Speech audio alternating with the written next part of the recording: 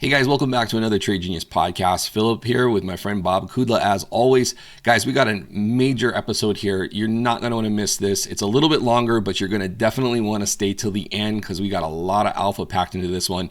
Most importantly, big warning about a recession that's coming, and we're going to show you why that has a very high probability of playing out and why you need to get defensive now in stocks, crypto, basically anything risk on. So let's dive into this video.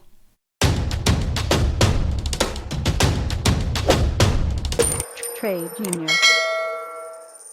All right, Bob. So what I want to show the viewers, and we've been talking about this, is how we know with good probability that we're going to be going into a recession. So we're going to walk through this chart, and I'm going to describe to you what you guys are looking at. On the top here is basically a representation of the yield curve between the 10-year bond and the 2-year bond.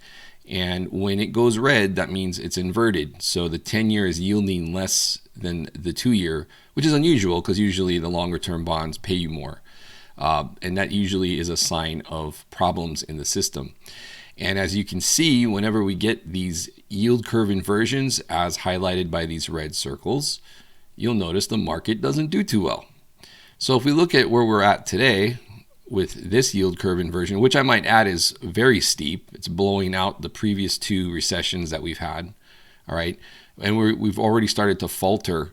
And I just went ahead and put in kind of a guesstimate here based on previous bear markets of the chart pattern here, which, easily could take us below 3,000. Now, whether or not we do that is another question, but it's within the realm of possibility given the severity of these pullbacks when we have this 10-year, 2-year yield curve inversion that we have.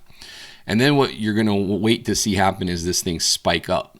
And so what happens in this situation is typically when we get a move back to around 2%, that ends this bear market below. All right. So if this goes kind of typical based on what we saw in the last couple of recessions and the yield curve finally cranks back up, that means the Fed's not only pausing, they're pivoting and they're cutting. Okay, that's what this is going to mean. And that's typically going to probably take us out to like through 2023, maybe even the early 2024. And that but we'll probably bottom. What this is telling us is we'll probably bottom in like Q4, most likely. And that means everything. That means crypto, that means stocks. And so if everyone's looking at the Bitcoin cycle right now saying, oh, it's, normally, all things being equal, this would be a good time to dollar cost average in. I think this is telling you that you may be in for a longer trough between this halving cycle peak to peak. We might be in a longer bottoming phase for like Bitcoin. And alts probably won't be doing much either. Probably get to a very crabby sideways market, which is fine because if you know that's coming, you can play it that way, right? But the warning would be not to get too heavy right now. And same for stocks. If you've got your favorite stocks, you're probably going to be able to get a deal as we progress through 2023 compared to where we're at now. Because remember, we're at like 4,000 on the S&P 500. That's not really down a lot from the highs. And typically we see a much more severe pullback, as you guys can see, compared to these other periods where we've had yield curve inversions. There's actually another yield curve too that we can take a look at.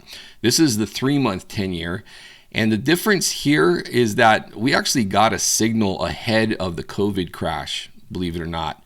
That's something that this other yield curve, the 2-year 10, which is kind of the typical one we look at for recessions, didn't really give us that signal there. It got close to being inverted, but not quite.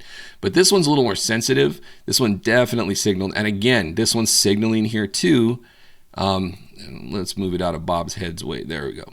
It's typically, it's really deep here, almost as deep as what we saw during the dot-com crash, all right? And so, and you guys remember, if you do remember around trading that time, that was a pretty long bottoming process as well. So again, another indicator of the likelihood that we're going to go into a recession, if not in one already, over the course of the 10 months, next 10 months, we're probably bottoming out. Bob, what's your thoughts on where we're at with all this? And the first thing you noticed here, Phil, is actually on the second chart was the how smart the bond market is over the stock market. And it's weird. The bond market knew something was funky in China land before we actually had official word that a virus is going to show up and blow everything up. People were positioning ahead of time. And, what they say, the old adage in trading is the forex market are PhDs, the bond market are the MBAs, and the stock market is high school dropouts. And what they mean by that is that the least informed money is in the stock market. And because when you're trading currencies, you're trading at 100x leverage. Mm-hmm. When you're trading the bond market, just the nature of what you're trading is you have to really understand, because when you get bonds wrong is that you got the business wrong. And in stocks, you have a little bit more leeway in terms of and also ability to push things out because revenue could save you on a stock. So I think this is amazing. And the other thing that people need to be aware of this time is different in the sense that we may not get a pivot, we may get a long pause. And a long pause is absolutely going to be detrimental to the stock market, crypto market, and commodities market, because they're fighting against a supply constraint this time, Phil, which they didn't have before. And that means that they're going to levitate that short end of the bond market. That means the faster maturing bonds at the same time where smart money's freaking out and getting out of everything else and getting into the long bond to save them. And it just makes it just exasperates the situation. And I think that's just huge. And the other thing too, when you look at this stuff, and I'm already positioned for it, and I've been sharing with our subscribers, is that it's okay now to get into the long bond. Okay, when this thing starts inverting, you better be buying TLT or going straight in there to get 10-year or 20-year or 30-year bonds, because as that pause turns into a pivot, it invariably raises the value of those bonds as the yields will begin to fall, with the Fed trying to pivot out of this, and you're going to make money on the principle of the bond market. We probably could do a show on that sometime too. Yeah. But trust me, in 2008, you would have made 100% on your money in TLT while the market fell 45, 47%. And these inverted yield curves suggest a top to bottom of between 40 and 50% loss. And I think, with the markets down less than 20% now, with these bear rallies, is that we potentially have another 20% to go. So I think it goes right into that target area you're talking about, Phil, at 2,800 to 3,000 area. Don't necessarily see that. You know what? And it's not a bad thing, guys, unless you're going to need your money in 6 to 9 months. This cleansing needs to occur. We've been talking about the cleansing happening in the crypto world.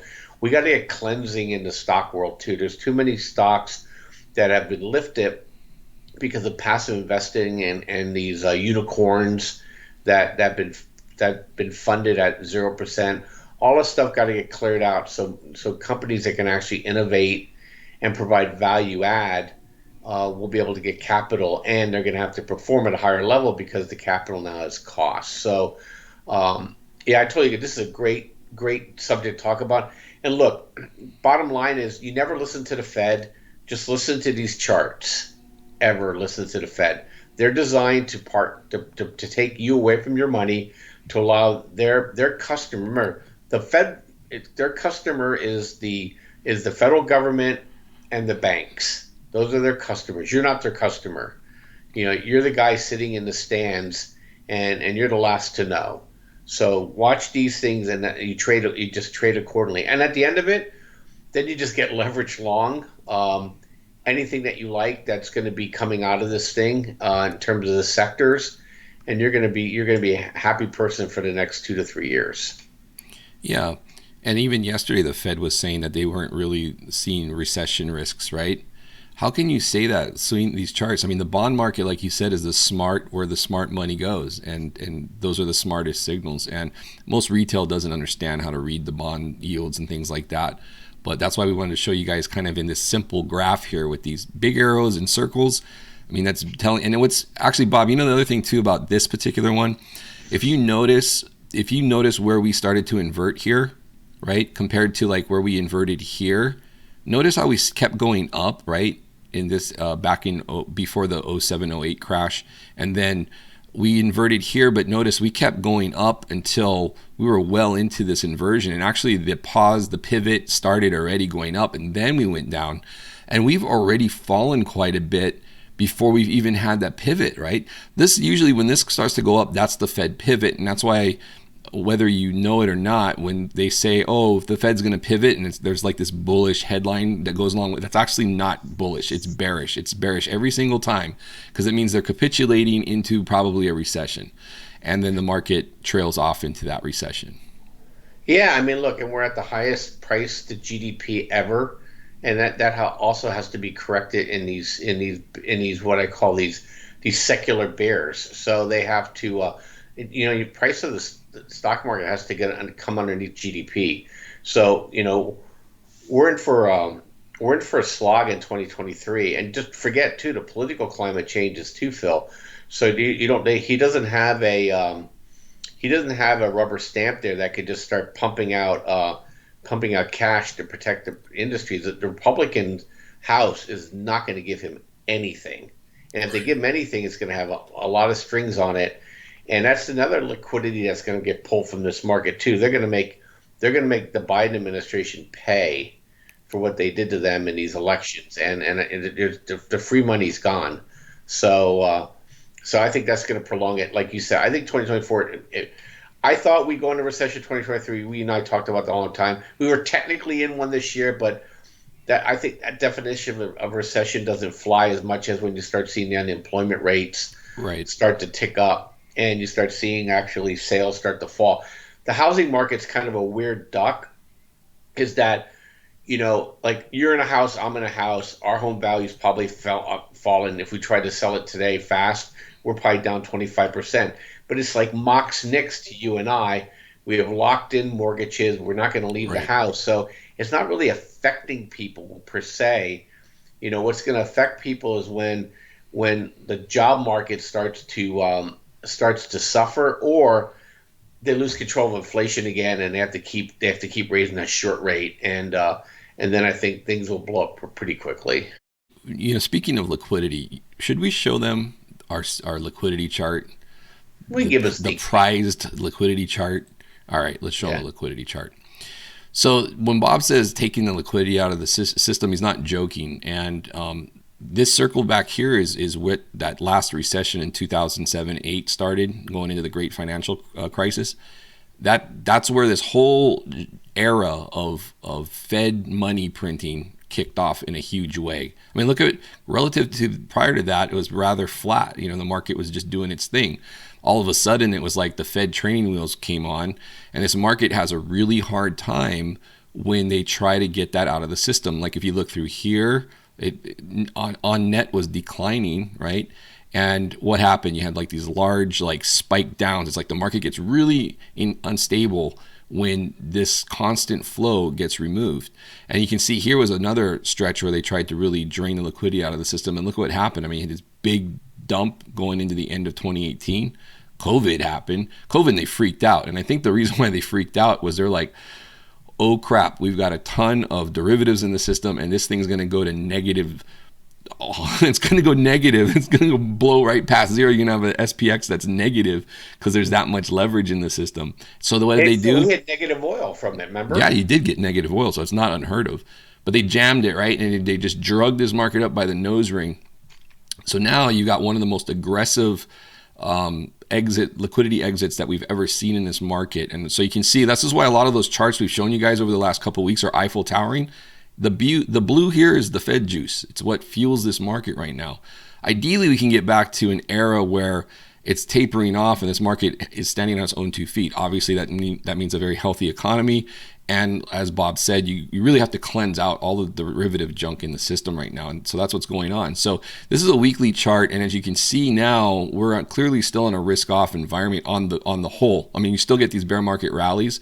But what this is telling you is that long term, you're not looking to put your portfolio to work long in the market. That's why we're mostly short term in Trade Genius. And that's why a lot of our customers are doing very well right now, because they're just bobbing and weaving in and out. And, like right now, we're looking to see, is the liquidity going to start rolling back over again? Because that's literally what they're doing. They're walking this market down without trying to break it. and it's all the Fed and the banks and the Treasury. That's it. That's forget about fundamentals and all this other stuff. Like throw it out the window right now. They're trying to get inflation down because this is what caused the inflation monster right here, and it's been in the works for a while. So this is a very important chart, this Fed net liquidity chart. And, if you guys want this, you can get our newsletter has it. And we're also going to be packaging this up as a chart package too, that you guys can monitor yourselves. So, yeah, and if I can make, Phil and I use this on the daily. This weekly was really just for your eyes to see the scope of how much the Fed intervened in the markets coming out of 2008. But we use this chart daily, and we link it up with our heat indicator. And this thing tells you your fair value. It tells you, if the market's trending higher than it should be based on liquidity, below where it should be based on liquidity. So it tells you how aggressive or how conservative you should be, or should you be stepping away. Difference between Phil and I. Phil has no problem stepping away. I kind of like to run through the minefield sometimes on these things, but I know how hard to put my foot down depending on where we are with liquidity on this stuff. And that chart's available for those who it'll be. I think we'll probably have it up by Christmas for sale. But this chart's huge. I mean, if you're only buying on risk on, you're taking half your risk off the trade right away because you're going with the flow. Think of liquidity as the tide coming in and out. Without the Fed liquidity, there's no mother's milk, to push stock prices higher, and vice versa. So when the mother's milk comes off, the Fed liquidity comes out, traders are taking risk off, and they follow the Fed's lead on this stuff. So it's like breathing, and you get on the right side of this stuff, you're going to do really well over time. And once you get synced up with it, and the Fed, look, they can't operate in silence. We see the data every day. There's three components of this that print it out. Two are weekly numbers, if I remember correctly, Phil, and one's a daily number. So we're able to see every day whether or not the Treasury's involved in adding liquidity, the banks are adding or taking away liquidity based on what the Fed's given them, and the Fed's taking away or giving liquidity. Those are the three players. Those are the three people that determine whether or not you're going to have a good night or not. And you just trade with that, and we have that packaged up, and we put it together as an indicator, and I think we're the only ones that really have anything like this. This is pretty cool stuff. Yeah, especially when you see these big drops in the fuel, right? Like here, when you get these big drops, that's when any rallies are just don't worry because they're going to fail, and that's what's really valuable about, like, if you knew this was happening and we're chopping around up here and you're thinking, oh, the worst is over, we're going to start grinding higher. No, and sure enough, this thing just dumped back down.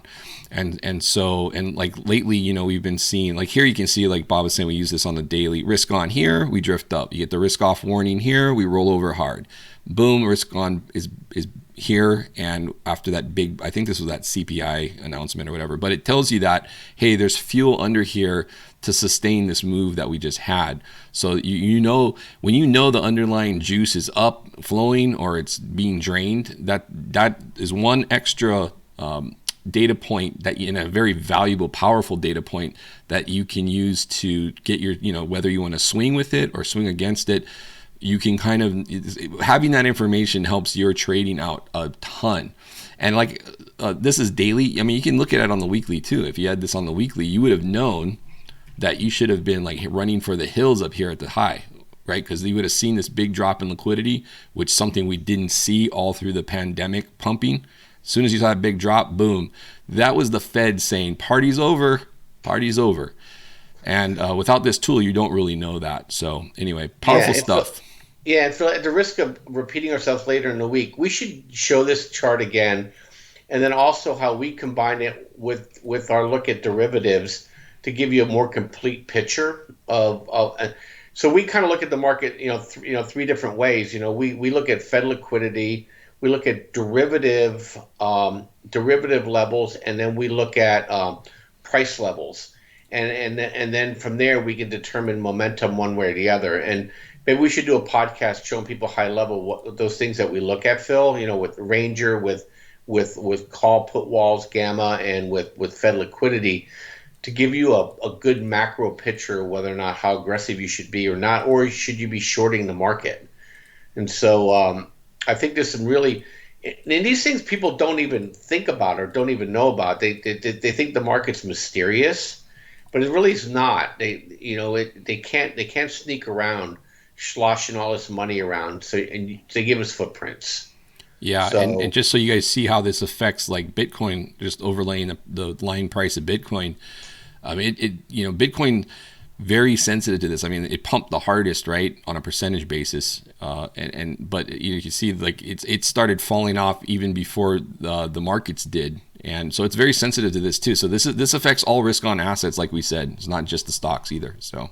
yeah, well, maybe we can show them that UDAO chart real quick if you have Oh it yeah, handy. the UDAO chart. So yeah, if you want to profit on this continuing to go down because you know all the data points that we showed you guys, check this out.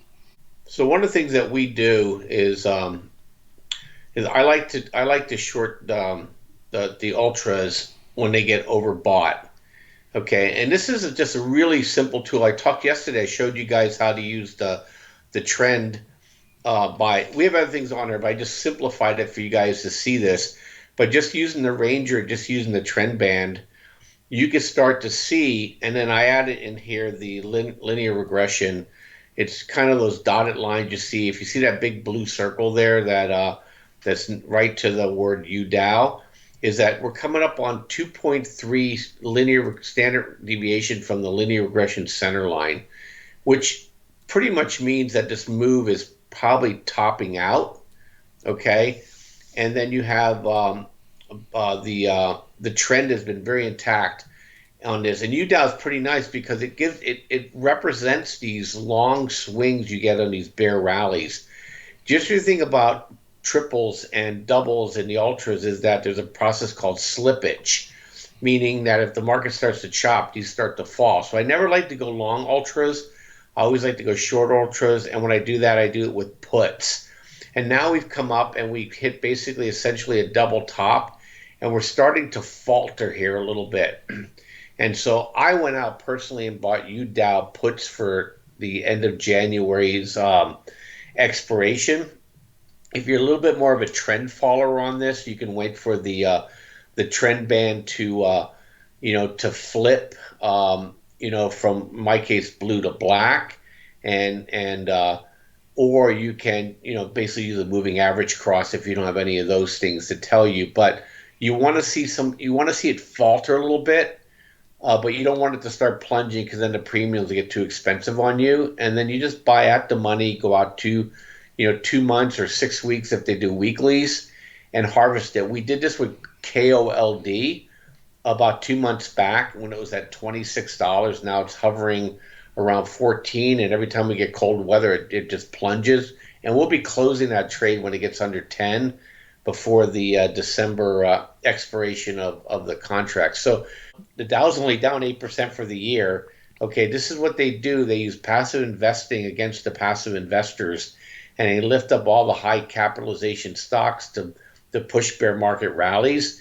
But when these rallies fail, look what it did there. When that rally failed last time, it fell 50%. Okay, and the market was only down 20. Okay, so I expect another 50% plus move down in UDAO on this next down cycle. So it's a good risk reward bet for you. Thought I'd share it with you guys. Awesome. All right. Well, thank you for that, Bob. So that's one way you can take advantage of this declining market, and I think we've shown you enough evidence that we're probably in for some more downside here. So anyway, we hope that helps. That's going to do it for this edition of the Trade Genius podcast. Let us know your thoughts below. You think we're going into recession or not? Love to hear from you guys, and we'll see you on tomorrow's episode. Take care, and thanks for watching.